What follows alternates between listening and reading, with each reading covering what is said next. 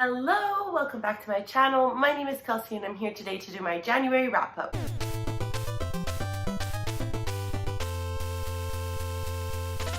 Like I've explained several times in several videos, these videos are coming late. I had a rough month in January and I don't want to talk about this anymore. I'm fed up. I just want to record videos, post them, and talk about my feelings. Second thing, I didn't feel like putting makeup on today. You know, sometimes life just tells you like, girl, record a video without makeup on, put it on the internet in order to combat my multiple feelings, because I know when I edit this, I'm not going to be happy. I decided to put glasses on, but of course you're going to see my ring light. We're just going to deal with it. Today is just a calming, relaxing day to talk about the books I read in January. So like with all of my wrap-ups, I like to do statistics in the beginning. For the month of January, I read a total of 9 books, and that came out to 3,746 pages, which is roughly about 120 pages per day. That goes with my goal. I like to read at least 100 pages per day per month, averaged out. Despite reading not my normal amount of books, I did have excellent ratings. So I had an average of 3.89 stars overall. That comes out to 2 5-star books, 3 4-star books, 4 3-star books, 0 2 stars, 0 1 stars. Fantastic. In regards to the gender representation for the books, I did read 4 books from male authors, 4 books from female authors, and 1 book from a non-binary author. In regards to the audience, I read 5 adult books and 4 YA books. And then just in regards to the format, because I think it's fun, I read 3 audiobooks, 3 physical books, and 3 ebooks this month. So extremely equal, which I like. I'm getting through a lot of my TBR that way that are in multiple formats. So let's get into the reviews, shall we? I started 2022 off reading an arc that I needed to get to for Anatomy by Dana Schwartz. So this book follows a young woman named Hazel who is really entranced with anatomy and becoming a doctor. But much like with everything at the time, because Hazel is a woman, she is not able to attend the medical academy. Therefore, in order to do so, she concocts this wild plan to dress up as her brother in order to attend. At the same time, we also meet a young man named Jack, and he is a resurrection man. In order for these doctors to study anatomy, they had to dissect dead bodies. Nobody wants to do it, but the ones that do are called resurrection men, and that is exactly Jack's profession. And obviously, because of this, their 2 lives intertwined. So this was an amazing start to the new year. I requested this one really randomly because Dana Schwartz was on the Guilty Pleasures podcast back in like October, November, and they were talking about Jennifer's Body. And Jennifer's Body is one of my favorite movies, and it is also the favorite movie of this author. So she was on the podcast, she was talking about it, and she spoke about her book, and I was immediately entranced, knew I needed to read it, but wasn't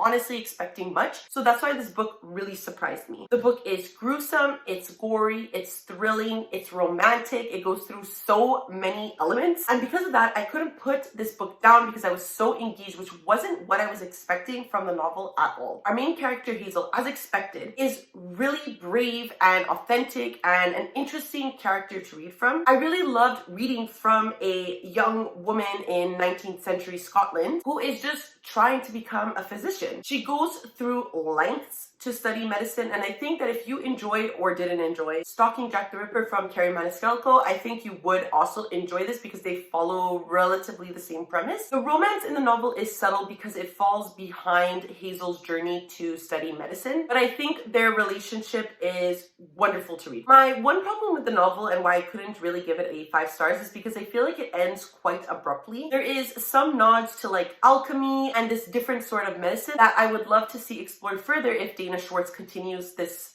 book into a series. Hazel's strength, goals, and ambitions that come with being a woman in the 19th century were really interesting to read from, and they were really refreshing that I just wish the book was longer because I wanted to stay with Hazel as the main character. This was a really fun read. I would recommend it to literally anyone, and I gave it 4 stars. After that, I picked up The 2 Towers by J.R.R. Tolkien. So if you've been watching my channel for a little bit, I have been rereading the Lord of the Rings trilogy in order to continue with Tolkien's world, and because it is a reread, I have been listening to them via audio with the Andy Serkis adaptation because I know the story so well, and I'm really just reading these for a refresher. If you don't know what the Lord of the Rings is about, which I would be shocked if you didn't, it basically follows a hobbit named Frodo, and unbeknownst to Frodo, his kind of uncle slash guardian Bilbo was in possession of a ring. However, this ring needs to be taken to Mordor and destroyed, and Frodo is kind of tasked with this journey to go on his way with a crew of other individuals. Lord of the Rings classic. The Two Towers, I originally thought was my least favorite. When I look back to what I read from The Lord of the Rings, it's been several years since the last time I read it. And this time, which would be my third reread, my fourth read of the book, I ended up bumping it to a 5 stars because I just was so happy to be in this world again. I never felt lost, and maybe it's because it is like the third time I reread this series. I was completely immersed. I absolutely loved everything. In general, I think Tolkien loses some first-time readers due to his heavy descriptions, and you don't really feel as though they are necessary. It's really once you're rereading them or once you get to the end of the entire trilogy that you start to understand why these things are necessary, why there are so many descriptions and songs and poems. But going back and really focusing and learning a lot of things from Tolkien, you start to see how a lot of his writing is really adaptive of like medieval English and how he includes a lot of works from that time into his book. So like themes from Beowulf and the Green Knight, like a lot of that is found within his books. And I think the more you read and the more you know about Tolkien in general and his understanding of the English language and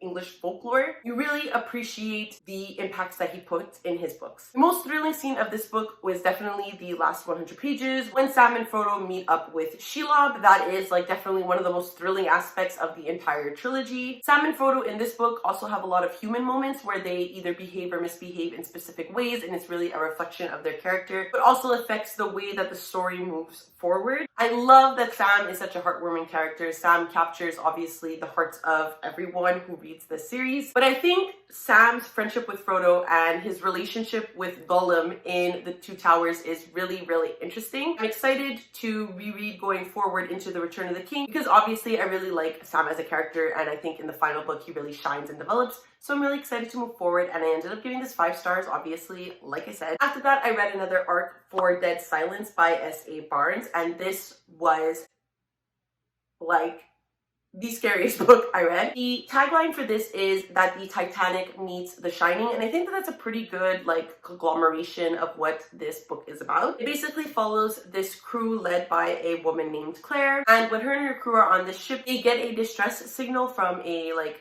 abandoned ship. So when they fly to that ship, they realize that it's this kind of famous ship called the Aurora that had vanished in their solar system 20 years prior. Now, just talking about this summary, I am shitting my bricks again. I am so scared. I want to move past this book because I'm still really scared. It makes me scared to look at everything in my house. If you're looking for a reason to read horror this season, I would absolutely pick up this book. It's so fucking scary. I cannot emphasize that more. This book made me terrified to be in my own house, and it's making me terrified to be in my own house now talking about it. I loved the whole premise of a haunted spaceship and the entire crew experiencing this haunting. Barnes completely delivered on this experience of cabin fever, much like in The Shining. And the only time I wouldn't read this book is literally like when my boyfriend wasn't home, because I was not experiencing this alone. And that is not a good way to describe how perfect this horror book is.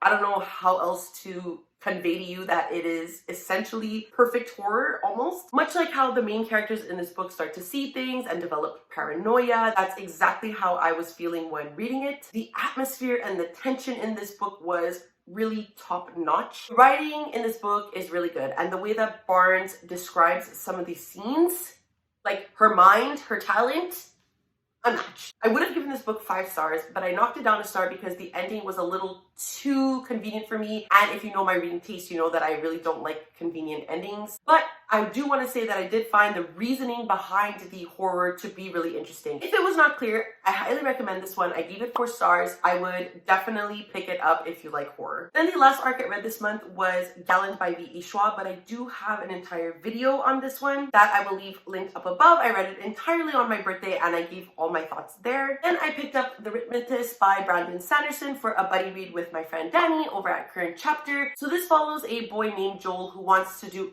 anything in the entire world to be a rhythmicist. In this world, rhythmicists are able to draw like chalk drawings on the floor, and those chalk drawings, depending on the formation and the way that they are drawn, have these specific powers, and these people are able to like duel one another and whatnot. The crux of the plot comes when a rhythmicist, or what they think is a rhythmicist, is killing other rhythmists with chalk drawings. And Joel kind of gets tangled up in this because he goes to school with other rhythmicist kids, and Joel's mentor is tasked with trying to figure out who is doing this. I ended up really enjoying this, but I did struggle, especially in the beginning with this one. Our main character, Joel, is obsessed with rhythmetics, and it is like his entire personality, and the entire like first half of the book is him talking about rhythmetics. That's all he cares about, and to be frank, it was a little annoying at a certain point. However, now finishing the book, I know that overall this is the way Brandon Sanderson developed his magic system in this book. He does create very intricate magic systems, so it is important to learn about the magic systems, but like, Joel was so annoying.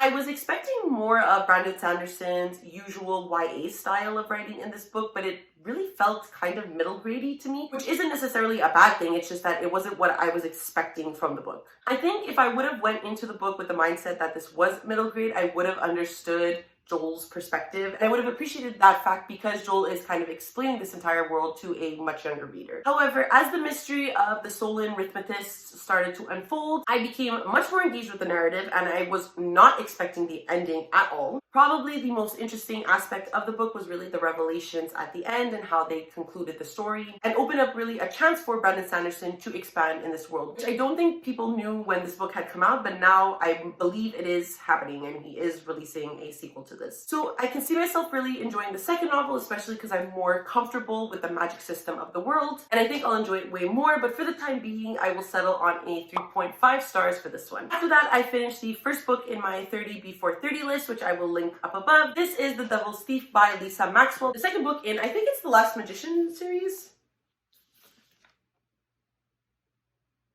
I believe so. Like I always say when I describe this book, an incredibly underrated series that I absolutely adore. It essentially follows a girl named Esta who is able to travel through time, and because she is able to control time, she is an excellent thief. Esta's father figure in the modern time sends her back to the 1920s in order to stop someone named the Last Magician. Obviously, the story develops from there. This book greatly expanded upon that plot point, and I'm obsessed, guys. I'm obsessed. Particularly, it is due to the characters. I've seen a lot of reviews where people mention there being too many POVs in the book, which, don't get me wrong, there definitely is. But I think that this book is so much more developed because we are able to see so many plot points from different aspects of the book. On top of this, you grow really attached to the characters because you see like every aspect of their relationships developing. Absolutely adore every single character in this book that I'm supposed to, and I absolutely hate every single character in this book that I'm supposed to. This gives a really angsty feel to the book because you really do care about a lot of the characters. This book is so full of twists and turns, and even though it is 700 pages, I never felt like bored or like as if the pacing of the novel was too slow, which is something that I also don't like in books. I felt as though every point in this book was needed to paint the overall picture. This book and the series in general, I think, is really great for people who are historical fantasy fans specifically. It is a genre that I love and will continue to love, and I cannot wait to see how this further develops, especially because I really enjoy when authors use the historical fantasy genre in order to paint commentary of the people at that time. I think that the way Maxwell plays with time is also really interesting in this book, and knowing that despite Esta, who is frankly the only character in the novel that can control time, is always one step behind another character, keeps the stakes really high. This book did not have the overall 5-star feel for me, which is fine because I still love this series, but I did enjoy this overall. Also, there is so much diversity in this book, and Lisa Maxwell did a lot of research to make sure that that comes through the pages. So when you do read this book, always make sure to read the author's note because Lisa Maxwell always talks about the things that she adds into her book. And that's why I love historical fantasy, and that's why I love this series, and I highly recommend, and I gave this 4 stars. After that, I read another historical fantasy that I didn't enjoy that much, and that was She Who Became the Sun by Shelley Parker Chan. So this was coined as like Mulan meets The Song of Achilles, but I don't know if that's 100% correct. It definitely has the Mulan aspect of a female character taking on a more male role in order to save themselves and save the people that they love. Essentially, this story starts off with a brother and sister who learn that one is destined for greatness and one is destined for nothingness. When the one that was destined for greatness passes due to a bandit attack, Changba takes over the role of her brother and becomes a monk. The story starts off there, but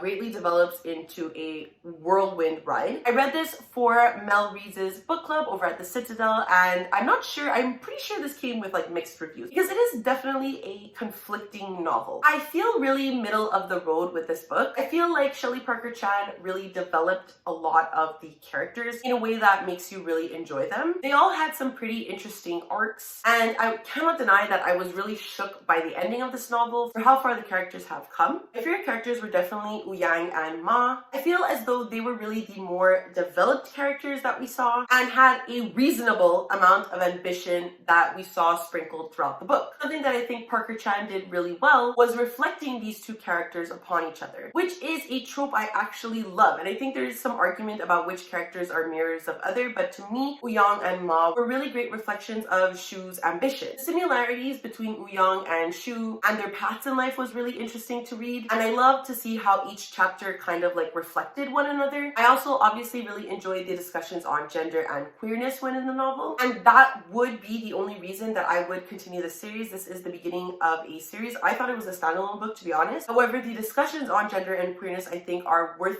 continuing, even though I didn't really enjoy the characters and plot. And speaking of the plot, it only really picked up in the last 50 pages, which made it really hard to keep my interest. This book put me in quite the slump. I did not like Shu as a character, and despite them being the main POV, it felt more like things happened to them, and we're kind of just supposed to believe all of these things that happen. Even though Shu definitely had that ambitiousness I mentioned before, it just felt really far from developed for me. And unfortunately, despite being super excited for this release, I just kind of felt underwhelmed, and I gave it 3 stars. After that, I read my first Matt Haig book of the year. If you watched my TBR, I did mention that I want to read 1 Matt Haig book a month. And for the month of January, I had The Last Family in England. This basically follows a dog named Prince. Prince is a Labrador Retriever. And in this world, obviously, dogs are able to like think and have cognitive capabilities. And they have something called the Labrador Pact, where the Labradors are like basically their one goal in life is to take care of their families. And they believe that if the family is falling apart, it is due to the fact that the Labrador hasn't worked hard to save them. So you can probably guess where this story goes. Basically, Prince's family is not doing well, and he's trying his very hardest to keep them together. Honestly, I was absolutely loving this book until the very end. I really thought it was going to be a 5-star book for me. Firstly, I do want to mention, if you are an animal lover and sensitive to animal deaths, I do not recommend this book. The story of Prince caring for and loving his family was beautiful to read. He was devoted and loyal, and it was just a lovely perspective to read from. The pain that this family was going through was really relatable, and it was quite hard to read from because I have experienced some of the things mentioned in the book. And Prince is working so hard to try and fix things. While reading, I was really interested to see how these overall plots and conflicting plot points were going to be resolved. And the last 40 pages of the novel were just really weird. And it is especially in comparison to the tone and the writing from the rest of the novel. I know that this is supposed to be a reimagining of Shakespeare's Henry plays, so I guess I kind of should have seen the tragedy coming, and maybe that tonal shift comes from the fact that it is a reimagining of these plays, but it just felt super off from the rest of the novel. I can see people really enjoying this, but the ending was just not for me. I was expecting to cry when I finished this book, and I was just baffled. So I give this a 3.5 stars, especially because up until the last 40 pages, this was